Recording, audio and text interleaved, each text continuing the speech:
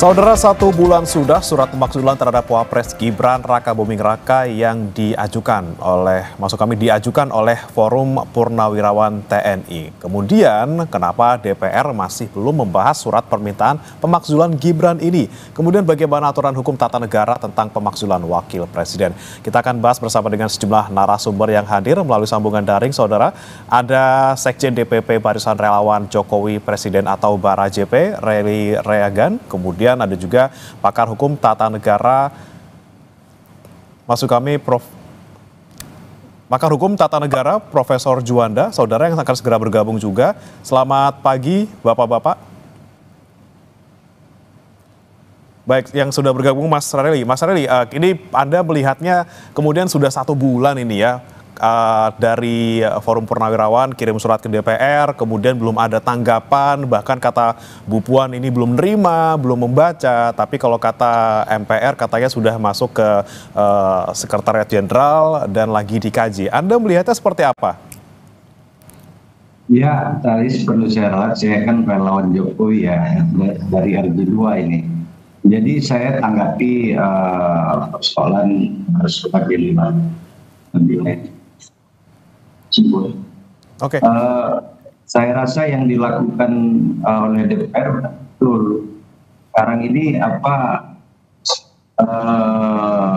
mereka ini dari PPAR, PPAD, PPAU atau veteran yang perlu kita pertanyakan. Yang kedua, kan sudah jelas itu keputusan KPU dan pelantikan oleh MPR.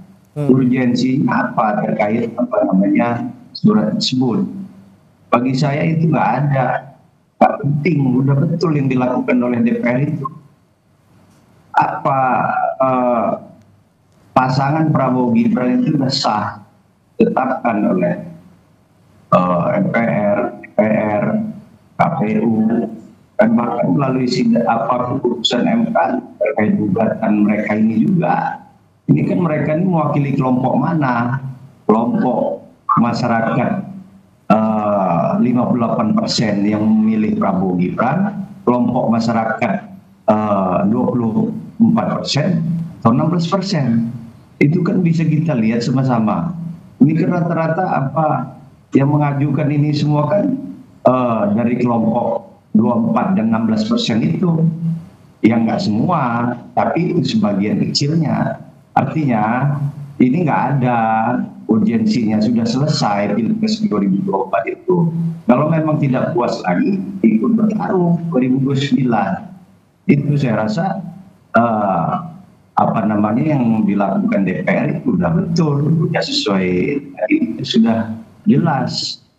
Itu ya. Oke, dari DPR memang bukan menolak ataupun bukan bilang bahwa tidak akan membahas, tapi masih belum dibaca gitu, Mas Rely. Kemudian ada juga dibilang oleh Bu Puan bahwa oke, kita akan nanti lakukan mekanismenya seperti itu. Nah, ketika kemudian nanti memang sudah masuk dalam pembacaan di paripurna, kemudian juga sudah dibahas juga oleh 2/3 minimal dari anggota DPR, gimana kemudian Mas Rely melihatnya ketika proses tersebut tetap berjalan ataupun sudah dibahas ataupun dibaca di DPR?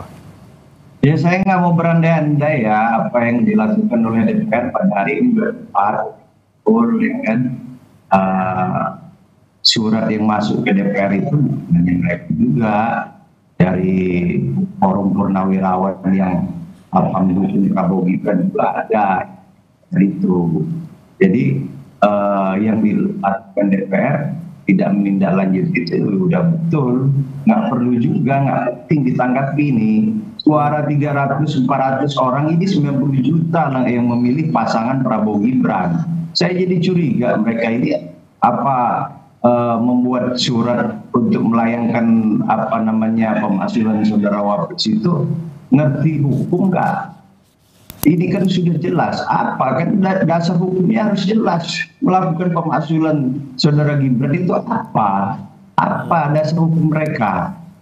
Kan tidak ada yang dilakukan Wapres itu di luar kebijakan institusi Presiden melaksanakan pasangan Prabowo Gibran ini sah secara konstitusi, sah ini pasangan sepaket Pak Prabowo sama Gibran. Saya rasa apa ini ya apa yang mereka lakukan ini sudah di luar konstitusi ya. Kita udah lihat itu satu-satu ini dari kelompok masyarakat pendukung capres dari pasangan tertentu. Dan ini apa namanya, saya rasa DPR tidak perlu menanggapi lah, banyak kerjaan yang harus diselesaikan lain. Oke. Memang salah satu poin yang disampaikan oleh Forum Purnawirawan ini terkait dengan putusan MK 90 terkait pencalonan Gibran dan juga Prabowo. Kemudian ini memang kan sudah, kita sama-sama tahu sudah legal dan final dan mengikat seperti itu, Mas Relly. Tapi kemudian ketika kemudian sudah ada legitimasi hukum dari majunya ataupun masuknya Gibran menjadi wapres kita, kemudian masih ada legitimasi lain yang dipertanyakan ini soal terkait dengan moral dan juga etika, Mas Relly. Apakah masih relevan menurut Anda? Gak relevan lagi ya. Ini kan kita sudah 8 bulan Pak Prabowo mau Gibran jadi presiden sama wapres. Moral dan etika seperti apa? Ini kan berdasarkan persepsi pemikiran mereka. Itu kata saya tadi.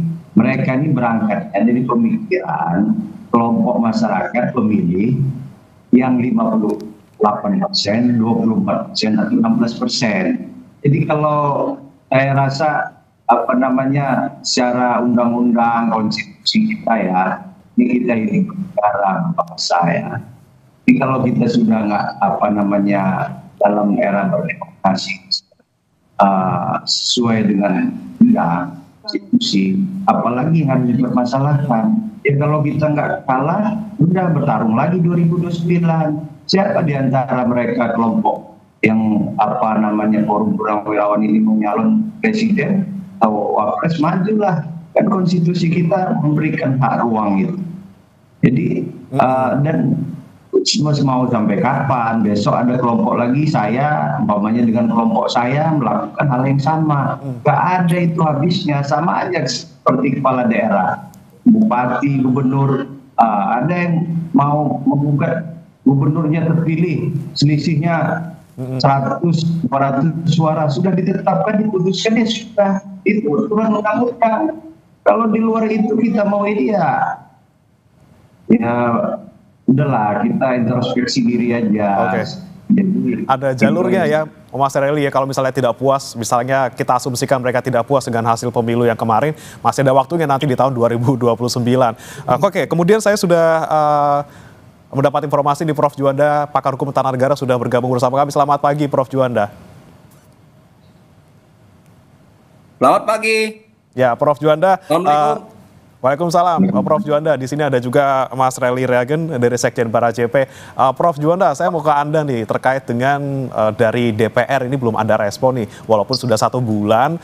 Kemudian dari Forum Purnawirawan TNI mengirimkan surat terkait dengan pemakzulan Gibran Raka Buming Raka. Anda melihat di sini memang dari DPR-nya sendiri memang sedang sibuk, atau ada alasan lain, atau bukan malah menurut mereka bukan prioritas dalam hal ini? Ya, saya kira dua-duanya bisa diterima. Sibuk, memang DPR sibuk, mungkin reses atau segala macam, saya kira tidak tahu. Ya, argumentasi seperti itu bisa diterima kalau memang benar-benar sibuk. Tetapi kalau memang agenda lain, prioritas lain, saya kira juga bisa diterima. Tapi apapun, ya, apakah sibuk ataupun agenda lain atau ada prioritas lain, menurut saya berulang-ulang sekali saya sampaikan di media massa, ini perlu dan harus direspon oleh DPR dalam rangka untuk menyelidiki apakah benar atau tidak benar dari usulan ini. Saya kira ini merupakan kewajiban dari DPR sebagai lembaga perwakilan rakyat.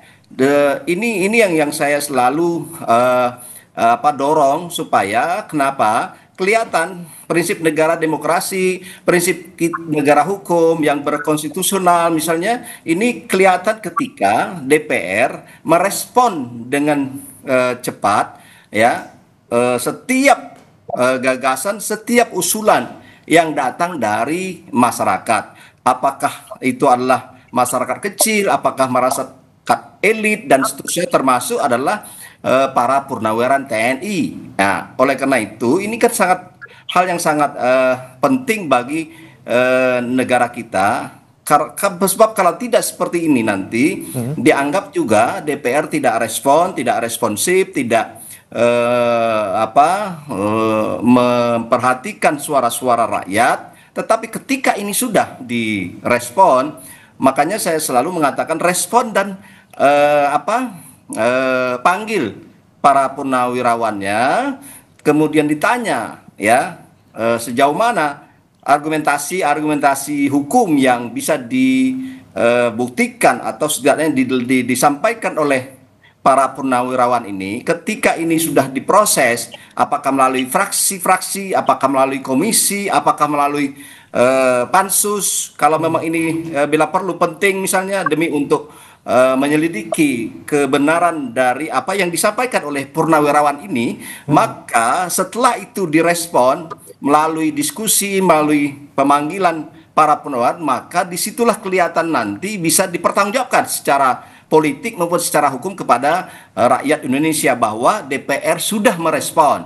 Nah, ketika ini direspon ternyata tidak terbukti, maka si para pengusul itu juga bisa mungkin menyadari, mengevaluasi apa yang kekurangannya, apa yang lemahnya. Tetapi ketika ini direspon ternyata terbukti, maka ini masih panjang ya proses mekanisme untuk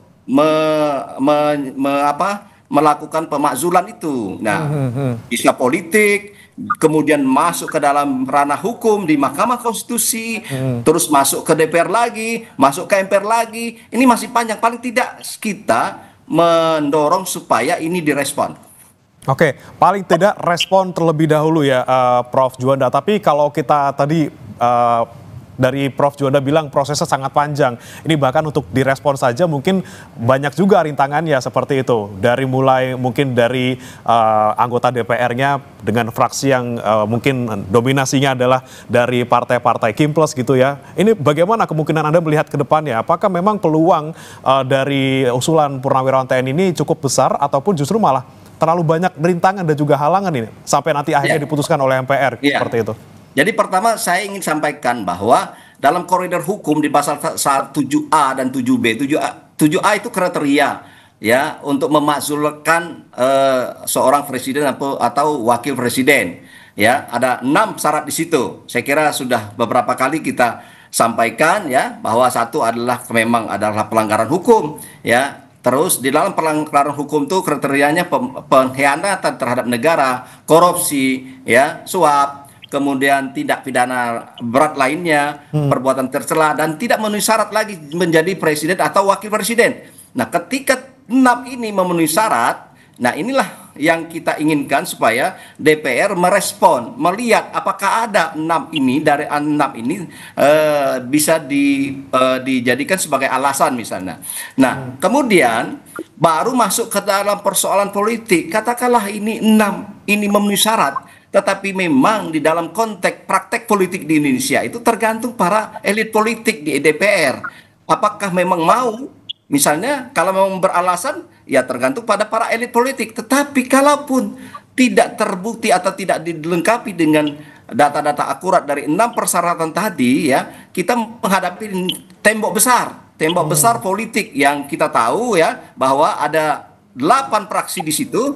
Dan saya lihat secara kasat mata hanya 1 fraksi yang tentu bukan adalah fraksinya partai pemerintah. Nah, kalau ini dikalkulasi secara politik ya, ini tergantung pada kesepakatan dan pikiran-pikiran sikap politik dari 7 fraksi yang ada. Ketika 7 fraksi yang ada misalnya menginginkan itu sangat mudah sekali. Tetapi ketika 7 fraksi ini ya tentu adalah berdasarkan fakta-fakta hukum tadi tidak memenuhi syarat dan mereka secara politik tidak menginginkan ini bergulir ke lebih lanjut, saya kira ini sangat sulit untuk diproses lebih lanjut.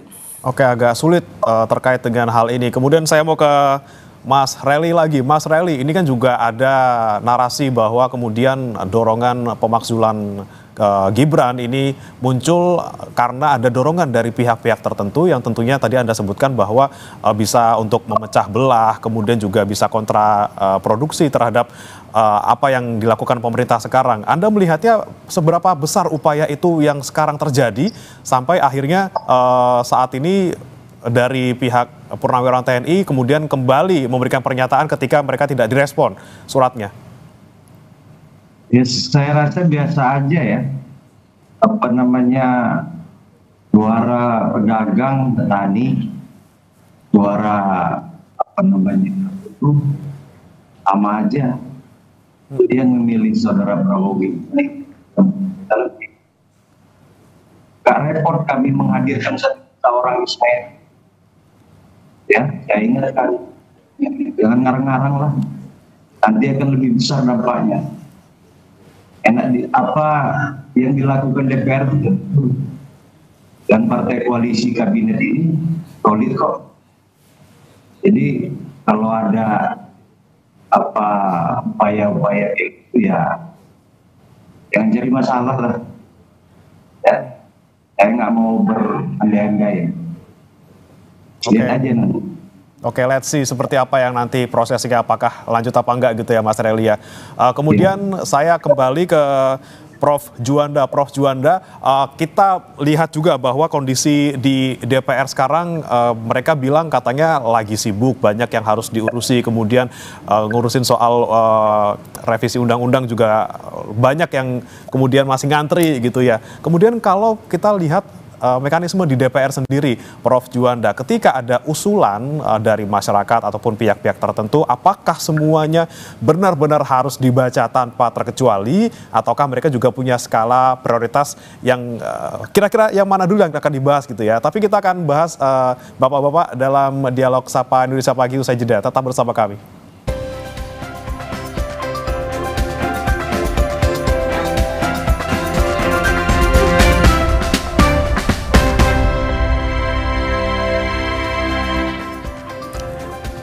Kembali di Sapa Indonesia Pagi, saudara. Sebelum kita lanjutkan perbincangan kita pagi hari ini, kita simak dulu berita terbaru dari Wapres Gibran Rakabuming Raka yang kunjungan kerja bareng dengan Ketua Komisi 4 DPR Titi Soeharto. Dalam kunjungan kerjanya di Sleman, Yogyakarta, Wapres Gibran Rakabuming Raka melontarkan candaan kepada Titi Soeharto dengan bilang Titi Soeharto adalah Ketua Komisi yang paling sakti. Hal ini disampaikan Wapres Gibran dalam sesi tanya jawab bersama dengan wartawan usai kegiatan rembuk tani sekaligus panen tebu di lahan milik TNI di Sleman. Wapres Gibran menjawab alasan hadirnya Titi Soeharto dalam acara rembuk tani ini. Gibran bilang hadirnya Titi membuat masalah pertanian cepat terselesaikan karena Titi dinilai sebagai ketua komisi yang paling sakti.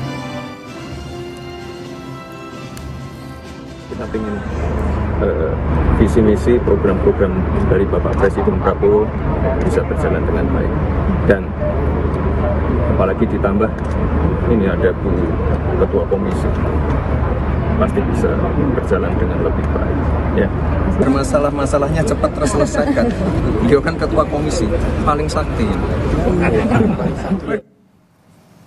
Kita kembali lanjutkan perbincangan kita, saudara. Tadi selain Mas Relly Reagen, relawan Juang Jokowi, kemudian ada pakar hukum tata negara Prof Juanda juga telah hadir saat ini. Mas Agung Baskoro, Direktur Eksekutif Trias Politika. Selamat pagi, Mas Agung.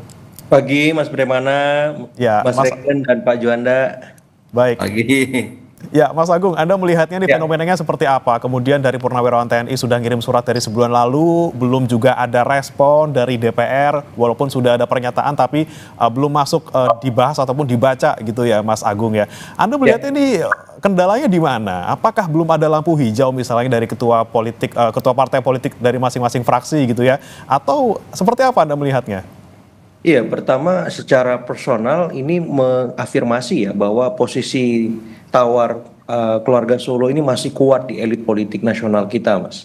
Sehingga political will dari para petinggi-petinggi partai ini menjadi minimalis, karena sampai hari ini ya surat dari para purnawirawan itu tidak ditindaklanjuti lebih maksimal ya. Jadi sebatas masuk saja, dibacakan pun saya lihat tidak semacam itu.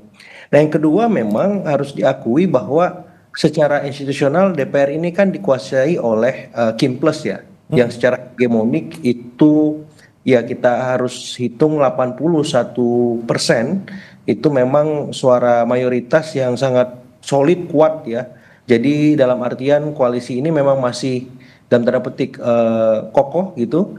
Dan kita tidak tahu karena saya melihat koalisi ini kan dinamis kalau dalam konteks politik nasional kita ya. Diuji saat jelang pemilihan biasanya baru terlihat riak-riaknya ya, pasang surutnya. Tapi kalau sekarang ya masih solid, wajar karena pemerintahan baru bergulir dia tidak kurang 8 bulan. Jadi semuanya masih terkonsolidasi, terkondisikan sehingga ya surat pemakzulan dari Purnawirawan ini untuk sementara layu sebelum berkembang, Mas Premana. Ya, tapi bisa jadi saya sampaikan juga ini bisa alon-alon waton kelakon. Kalau sudah ya 2027, 2028, nah itu bisa jadi surat ini dibangkitkan lagi dari apa namanya kematian surinya. Seperti itu sebagai pengantar, Mas Bremana. Oke, tapi Mas Agung, kalau Anda melihat peluangnya, misalnya kita melihat ada nih kasakusuk di belakang yang menyebut bahwa sebenarnya ada dukungan juga ini dari partai-partai pendukung pemerintah gitu ya. Ini kusakusuk ya Mas ya, ini informasinya juga tidak bisa dipertanggungjawabkan. Tapi kemudian kalau Anda melihat ada logika, misalnya oke, karena sekarang approval rating dari pasangan Prabowo Gibran ini kemudian tidak terlalu memuaskan, mungkin karena salah satunya asumsinya adalah karena ada sosok Gibran di sana. Kemudian ada upaya misalnya untuk dalam tanda kutip memakzulkan Gibran agar approval rating dari Pak Prabowo ini naik seperti itu. Apakah kemudian ini bisa menjadi salah satu peluang bahwa pemakzulan ini bisa berjalan ke depannya? Ya, saya kira pemakzulan ini sebenarnya hanya tujuan antara, Mas Premana ya. Jadi tujuan besarnya saya melihat untuk memisahkan keluarga Solo dengan keluarga Hambalang. Ya, saya melihat ke arah sana karena memang ada fakta-fakta historik di mana belum ada wapres yang terpilih untuk kedua kalinya ya. Nanti silahkan koreksi saya dalam sistem politik kita sehingga cara paling soft dan smooth itu ya dengan pola-pola semacam ini. Ya, ya kita tahu keluarga Solo beberapa waktu terakhir mendapat ya serangan bertubi-tubi dari segala lini. Ya dari Pak Jokowinya, Mas Gibrannya, Mas Bobinya dan hal-hal lain yang mengikuti semacam itu, dan saya melihat tujuan akhirnya sih gimana caranya supaya ya istilahnya kedekatan, kemesraan antara keluarga Solo dengan keluarga Hambalang ini pelan-pelan masuk dalam konteks balance of power dengan keluarga Cikeas, dengan keluarga Teguh Umar, dengan keluarga-keluarga presiden yang lain, sehingga tidak ada kecenderungan condong kepada salah satu keluarga saja. Ya sampai pada satu momen ya sudah, ini netral, ya ketika nanti Pilpres 2029, Pak Prabowo lebih objektif melihat siapa pendamping yang paling pas, paling pantas untuk mendampinginya. Yang kedua memang tidak bisa dimungkiri bahwa konstelasi isu pemakzulan ini untuk saat ini saya kira masih terlalu cepat ya, atau terlalu dini gitu, karena memang biasanya dalam konteks historik lagi dan lagi berkelindan dengan fakta-fakta ekonomis dan fakta-fakta sosiologis. Saya ambil contoh misalkan dalam momen Pak Soekarno waktu itu ada momen ekonomis ya, kemudian momen politis berkelindan di sana. Nah Pak Harto juga ada momen ekonomis di sana berkelindan dengan momen politis ya. Artinya apa? Momen pemakzulan yang politis ini harus berkelindan. Ya apakah dengan momen ekonomis atau momen sosiologis atau politis semacam itu. Jadi kalau hanya momen politis saja yang di-push, ya saya kira pemakzulannya akan sangat sulit terjadi gitu. Karena kita tahu tadi ya secara politis, secara kuantitatif itu masih kokoh, secara kualitatif juga mengikuti ya, tidak ada ekstremitas situasi politik, sosial, ekonomi dan hal lain yang muncul hari ini, dan saya kira ya ini perlu ikhtiar lebih dari teman-teman Purnawirawan ya, dalam artian yang lebih konstruktif. Misalkan kritik terbesarnya kan soal kinerja, ya sudah fokus di sana, memonitoring, mengevaluasi. Misalkan hari ini Mas Gibran ditugaskan di Papua ya, nah gimana caranya Forum Purnawirawan ini secara substantif mengawal itu ya, supaya apa, orientasinya tidak pemakzulan, karena kan pemakzulan ini sebenarnya 1 poin dari 8 poin yang diajukan kan, semacam itu. Jadi kalau misalkan hanya fokus ke poin itu, saya kira juga kurang pas dalam konteks sekarang semacam itu. Apalagi Mas Gibrannya sudah diberikan porsi kerja yang jelas ya, Papua. Atau kemarin ada lapor Mas Wapres misalkan, itu juga dikawal supaya apa? Supaya ujungnya jelas, karena komplain selama ini kan publik menanti laporannya ditindaklanjuti atau tidak. Terus masalah-masalah yang sudah disampaikan apakah akan diselesaikan. Hal-hal semacam itu penting supaya apa? Mas Gibran ini juga punya legacy yang kokoh ya, sebagaimana wapres-wapres yang selama ini pernah memimpin Indonesia. Mungkin seperti itu, Mas. Oke, baik. Sebelum nanti saya tanyakan kembali terkait dengan Gibran ke Mas Agung, saya coba mau ke Mas Relly dulu. Mas Relly, ini kan salah satu kemudian pemicu adanya usulan pemakzulan Gibran ini, kemudian adanya kritik-kritik dari publik gitu ya, baik secara online maupun offline gitu. Banyak yang bilang bahwa ini bikin pidato aja nggak bisa gitu kan. Kemudian ada kritik-kritik, banyaklah kritik yang kita dengar di media sosial maupun di media konvensional seperti itu. Mas Relly, Anda menyikapinya seperti apa? Kemudian agar jangan sampai kemudian kritik-kritik ini menjadi satu penghalang bagi Mas Gibran untuk tetap maju sebagai wapres melanjutkan selama 5 tahun ke depan. Saya rasa kalau kritik dari masyarakat itu sah-sah saja ya. Ini di era demokrasi kita, apalagi dengan jumlah masyarakat jadi udah gitu sendiri. Apa yang dilakukan kritik saran itu saya rasa bagus saja. Artinya kalau kita bicara masalah kritik kan di debat capres cawapres pasangan Prabowo Gibran dengan 3 paslon itu kan sudah terjawab ya. Debat itu kan langsung dilakukan ya di semua media, dan saudara wapres Pak Gibran tahu diri ya sebagai wapres, dia memposisikan diri sebagai wapres bagaimana wapres sebelumnya ada Ma'ruf Amin ya, ada wapres yang dimana opsinya sudah jelas bahwa upaya wapres itu sifatnya membantu presiden ya, sebagai orang tua ya. Nah, hal apa yang disampaikan tadi saya rasa kalau ada kritik saran ya bagus, karena saran itu kritik ya buat saudara Gibran.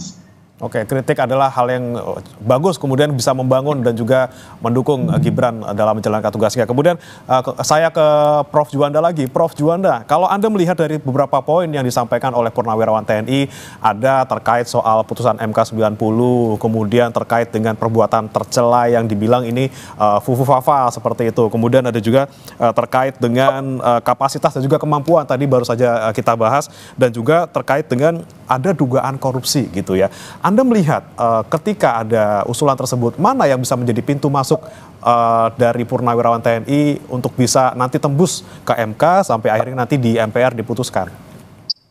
Ya, saya kira semua bisa jadi pintu masuk dari 6 persyaratan, sepanjang memang bisa dibuktikan atau meyakinkan.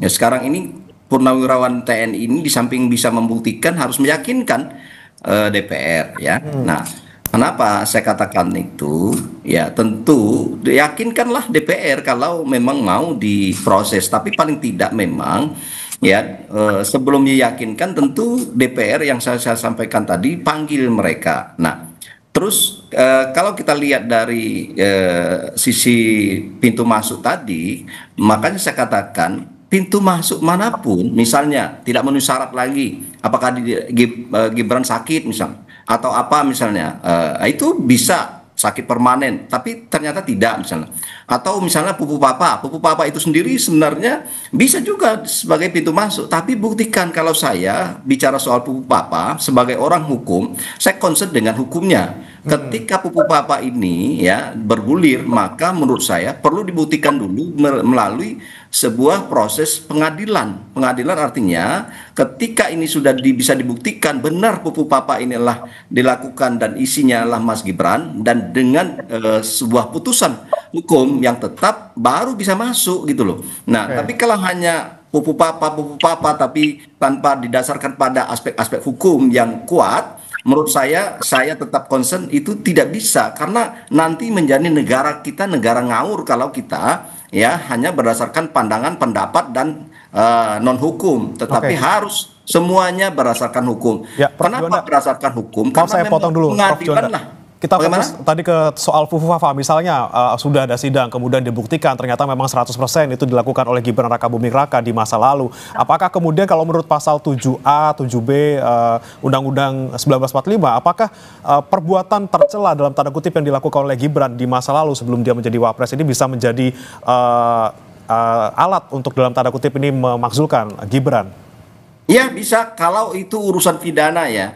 Kalau urusan pidana saya kira tidak ada namanya pidana itu misalnya karena masa lalu. Nah kebetulan misalnya seseorang itu menjadi wapres, tetapi waktu itu misalnya dia tidak menjadi wapres, tetapi dalam posisi orang biasa atau pejabat yang lain pada posisi jabatan yang lain, tetapi diproses secara hukum ternyata terbukti, maka persoalan hukumnya kan yang terbukti sekarang bahwa yang bersangkutan adalah pernah dinyatakan melakukan tindak pidana berdasarkan putusan pengadilan yang berkekuatan hukum tetap misalnya. Dan ini masih bisa, tetapi dalam konteks ya hukum administrasi itu tidak bisa. Seperti misalnya putusan MK.